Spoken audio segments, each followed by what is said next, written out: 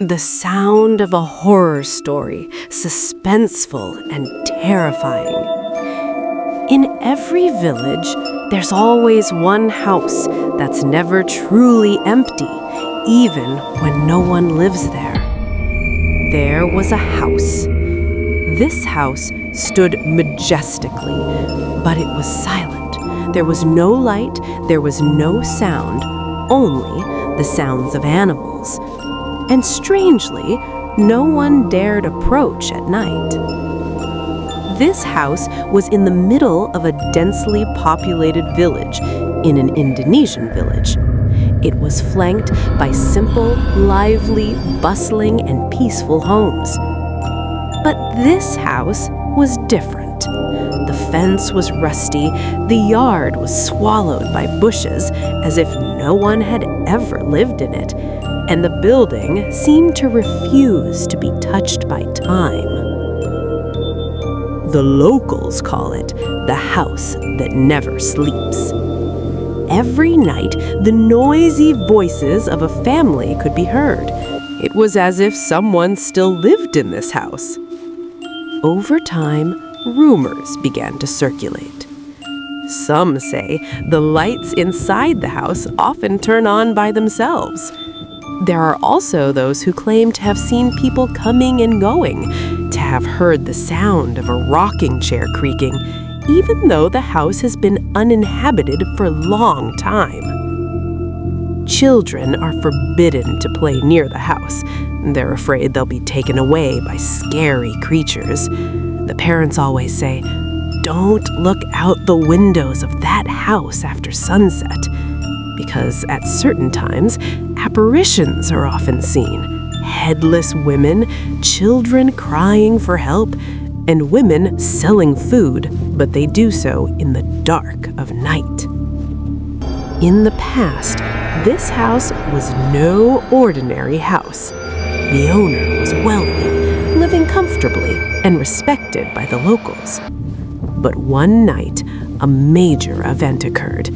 Since that night, the owner left and never returned. This house was abandoned, holding stories, anger, and regrets, which are said to have never been resolved. Perhaps this house is just an old building, or maybe there's something inside, still waiting for a question that never gets answered. If you pass this house at night, don't ever look back for too long. It's said that people passing by the house often unknowingly enter, as if someone were guiding them in, even though no one was there. The truth of this house was only truly revealed 20 years after strange events began to occur frequently and were frequently experienced by local residents. That night, it rained incessantly. Strong winds, strange sounds were heard, and the electricity in the village went out completely.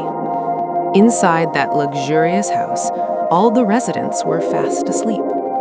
Father, mother, their children, and one domestic helper who had worked there for decades. No one knew that that night would be the last night for almost all the residents of the house. A group of robbers entered through the back door. They knew the condition of the house very well. They knew where the rooms were, knew where to go. They knew when the residents were fast asleep. It is suspected this was no ordinary robbery. Some say the robbers received information from someone inside the house itself.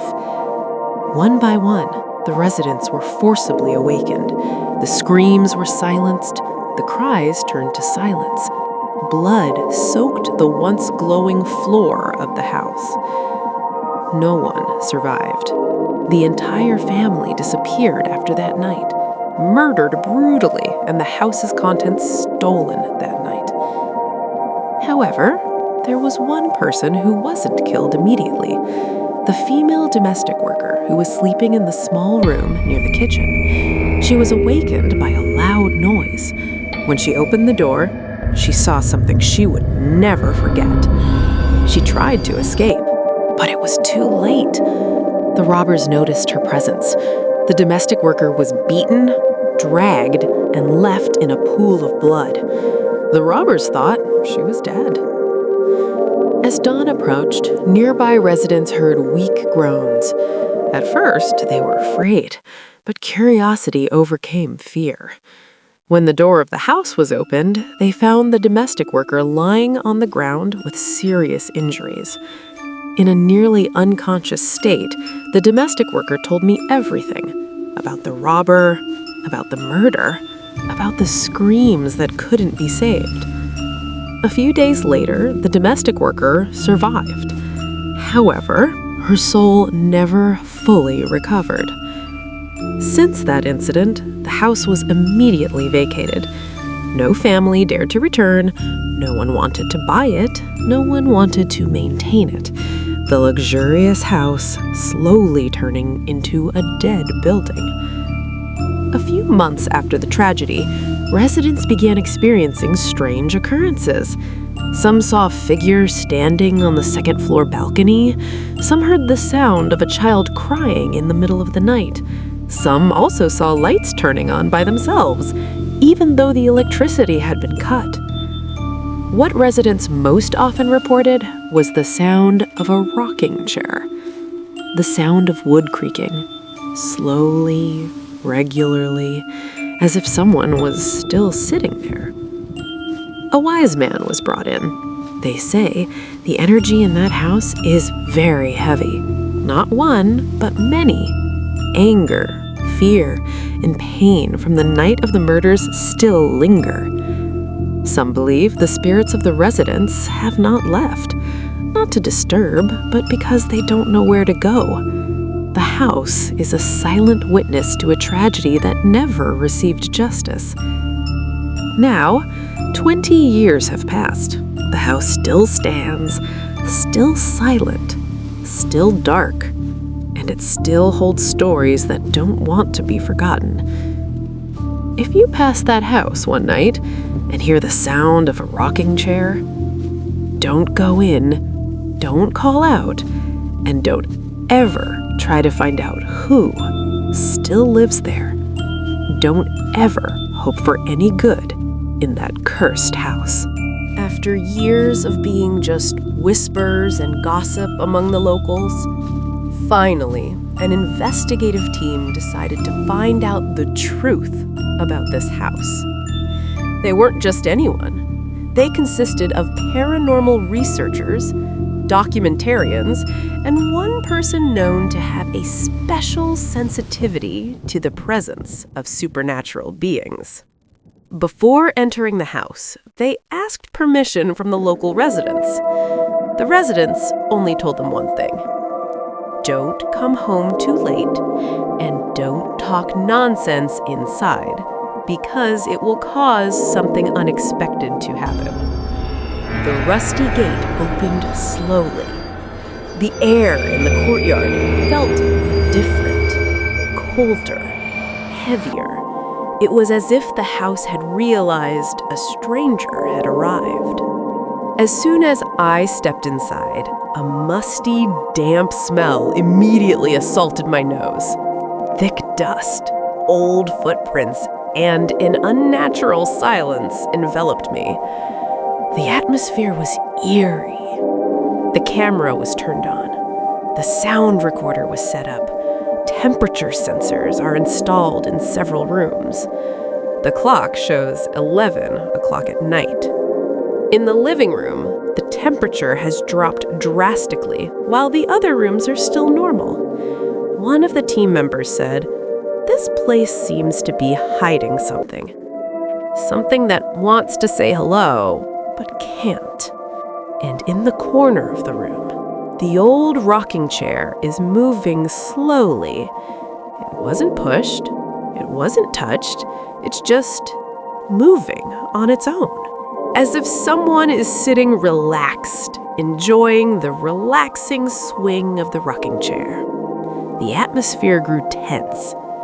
The team could only accept that something had happened to them. The team tried to communicate in a low, polite voice. If anyone is still here, we just want to hear your story. A few seconds later, the recording device picked up a voice. The voice was soft, intermittent, like someone whispering while crying. One word rang out clearly. Go home. The team climbed to the second floor. The stairs creaked with each step, and with each step, the feeling of being watched grew stronger. In one of the rooms, the camera suddenly shut off. The battery was full, but the screen went completely black. The team member felt a tightness in his chest, like he was having difficulty breathing. The person with a special sensitivity to creatures suddenly stopped. His face was pale. He said, they were still here, and they were angry. He experienced flashes of the incident, screams, cries, fear, and repeated pain. They didn't want to be forgotten. At exactly 12 o'clock at night, all the flashlights flickered, the temperature dropped drastically, and from below, there was the sound of something falling heavily. The team decided to leave, not because they were afraid, but because they felt they had seen enough. After the investigation, the team concluded one thing. This house isn't just empty. It holds a very strong traumatic energy. And as long as there is no resolution, this house will remain haunted. Perhaps not all stories can be closed, not all wounds can be healed, and not all houses can be reoccupied, because there are places that prefer to remain silent. Every place, every region, and every area has its own story, and not all stories should be believed to be factual and true. This story about a haunted house is made solely for entertainment, to increase knowledge. It's not a fact, not a real event, and it's not intended to scare anyone. If you get carried away while watching, we apologize. Just take the positive side of the story and return to the real world with a calm and happy mind. If you like stories like this, don't forget to hit the like button and subscribe so you don't miss other stories. Thank you for watching until the end. See you in the next story. Bye-bye.